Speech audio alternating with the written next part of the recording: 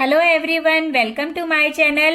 My self Sonika और आप पढ़ रहे हैं मेरे साथ हमारे YouTube channel mathematics by Sonika पर।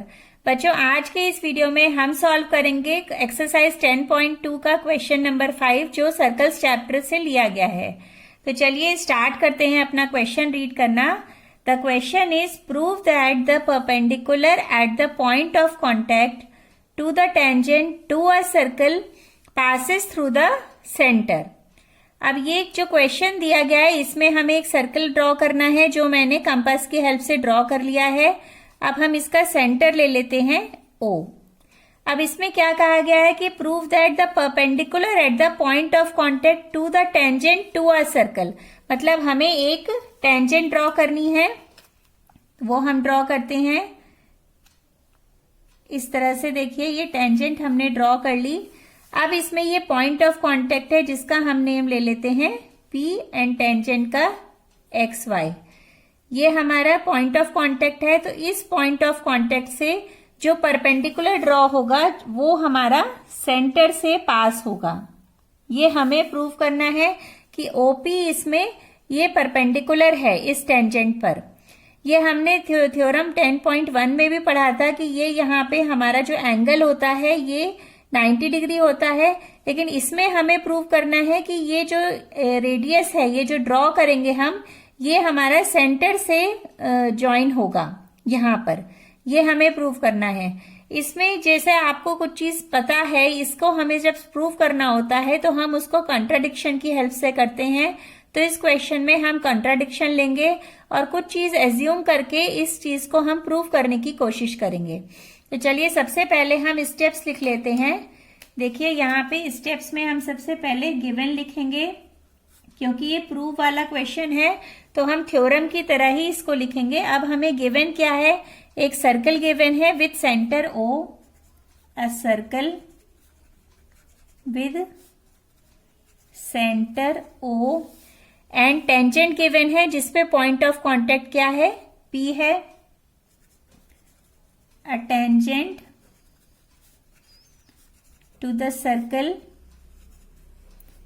XY with point of contact P। ये हमारा पॉइंट ऑफ कांटेक्ट है। अब देखिए हमें इसमें प्रूफ क्या करना है, तो हम यहां लिखते हैं टू प्रूव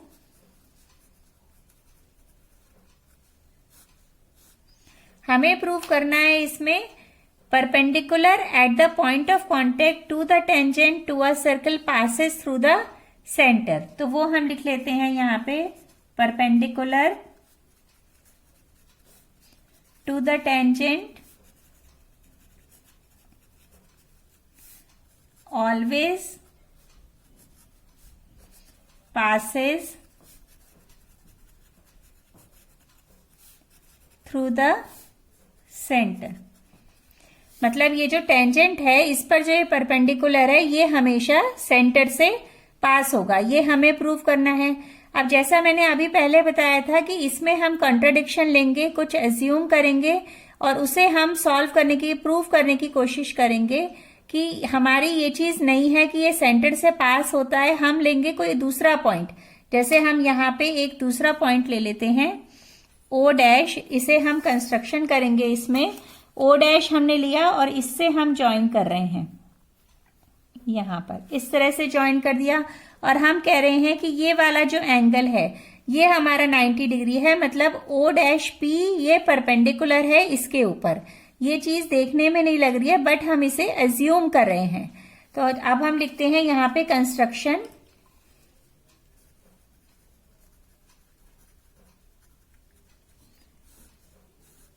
कंस्ट्रक्ट हमने क्या किया है, ड्रॉ O'P परपेंडिकुलर किस पर है, XY पर ये परपेंडिकुलर है। ये हमने इसमें अपना एज्यूम कर लिया। अब हम अपना प्रूफ स्टार्ट करते हैं बच्चों। प्रूफ के लिए देखिए हमने इसमें क्या माना है, हम मान रहे हैं कि जो ये OP था ये परपेंडिकुलर ना होकर, मतलब ये जो परपेंडिकुलर है ये सेंटर से पास ना होकर किसी दूसरे पॉइंट से पास हो रहा है, क्योंकि ये सेंटर से पास हो रहा है, ये तो हमें प्रूव करना है। लेकिन हम कह रहे हैं कि ये सेंटर से नहीं पास होकर किसी और जगह से पास हो रहा है, हम उससे एज्यूम कर रहे हैं। तो हम यहां लिख देते हैं if possible let perpendicular does not pass through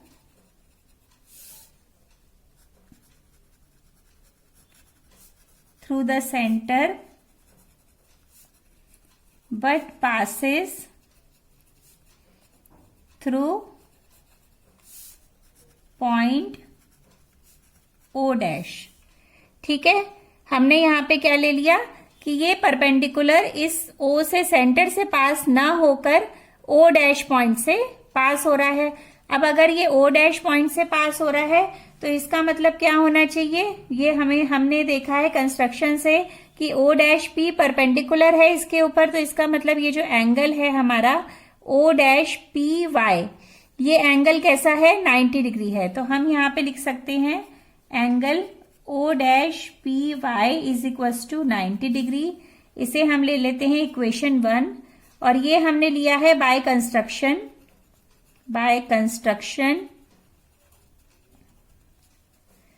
O dash P is perpendicular to X Y, ये परपेंडिकुलर है।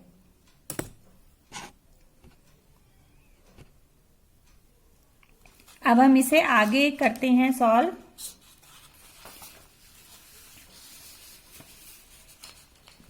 अब देखिए ये हमारा यहां पर हमने ले लिया कि angle O dash P Y is equal to 90 degree है। ये तो हमने एजम्पशन जो हमने कंस्ट्रक्ट करा है उससे है, लेकिन हमें गिवन क्या है, इसमें हमें गिवन है कि ये जो परपेंडिकुलर है ये O से सेंटर से जा रहा है। तो हम दूसरी चीज यहां पे लिखते हैं, but angle O P Y is equal to 90 degree. ये हमें जो पता है थ्योरम 1 से वो हम लिख सकते हैं यहाँ पे। अब अपनी थ्योरम लिख लेंगे हम यहाँ पे, by the theorem tangent is perpendicular to the radius. ये परपेंडिकुलर होती है टेंजेंट हमारी। अब ये हो गई हमारी इक्वेशन 2। अब इक्वेशन 1 एंड इक्वेशन 2 दोनों में क्या है, राइट हैंड साइड हमारी इक्वल है 90 डिग्री, तो हम इसे दोनों को इक्वल लिख सकते हैं। So we can say by equation 1 and equation 2 angle O dash P Y is equal to angle O P Y. ये दोनों एंगल्स हमारे क्या हो जाएंगे, इक्वल हो जाएंगे। लेकिन क्या ये पॉसिबल है, देखिए यहाँ पे angle O P Y angle O dash P Y के इक्वल हो सकता है, मतलब ये हमारा होल एंगल इस पार्ट के इक्वल हो सकता है। ऐसा तो कभी नहीं होता है। देखिए जैसे यहाँ पर मैंने एक एंगल ड्रॉ कर दिया, इस तरह से कोई भी एंगल है और यहाँ पे एक एंगल है, तो क्या ये एंगल, अगर मैं इस पूरे एंगल को यहाँ पे 90 डिग्री ले लेती हूँ, तो क्या ये एंगल हमारा इतना एंगल भी 90 डिग्री हो सकता है? ये तो नहीं हो सकता, क्योंकि कुछ एंगल तो ये भी होगा, ये एंगल इसमें ऐड होगा तभी तो ये 90 डिग्री होगा। तो ये वाला एंगल हमारा 60-30 हो सकता है या 50-40 हो सकता है। लेकिन ये टोटल एंगल अगर हमारा होल एंगल 90 डिग्री है तो ये वाला एंगल 90 डिग्री नहीं हो सकता है। तो इस चीज को हम यहां पे लिखेंगे, but it's not possible the part is equal to as a whole। मतलब एक होल एंगल के इसके, देखिए इसके इक्वल ये वाला जो पार्ट है ये इसके इक्वल नहीं हो सकता है। ऐसा पॉसिबल नहीं है कि ये दोनों चीज इक्वल हो। तो जब ऐसा नहीं हो सकता है तो इसका मतलब जो हमारा एजम्पशन था वो रॉन्ग हो गया। जो हमने एज्यूम करा था, हमने क्या एज्यूम करा था कि O डैश P इसके परपेंडिकुलर है, OP नहीं है, तो ये हमारा एजम्पशन रॉन्ग हो गया। सो we can say, so our assumption is wrong. So lastly we can say the perpendicular to the tangent always passes through the center. मतलब अगर हम कहीं भी इधर यहां पर भी हम पॉइंट ले सकते हैं, इधर भी ले सकते हैं, या यहां पर भी ले सकते हैं, कहीं भी हम सर्कल में पॉइंट लेते हैं तो वो जो लाइन हमारी ड्रॉ होगी वो टेंजेंट पे परपेंडिकुलर नहीं होगी. जो लाइन ये सेंटर से पास होगी वो ही ऑलवेज परपेंडिकुलर होगी. यही चीज हमें इसमें क्वेश्चन में प्रूव करने को कही गई थी. थोड़ा सा थ्योरेटिकल क्वेश्चन था लेकिन इजीली हमने इसको प्रूव कर लिया. आई थिंक आपको क्लियर हुआ होगा. तो मिलते हैं नेक्स्ट वीडियो में नेक्स्ट क्वेश्चन के साथ. लाइक शेयर एंड सब्सक्राइब करना ना भूलें. Thank you so much. Bye bye.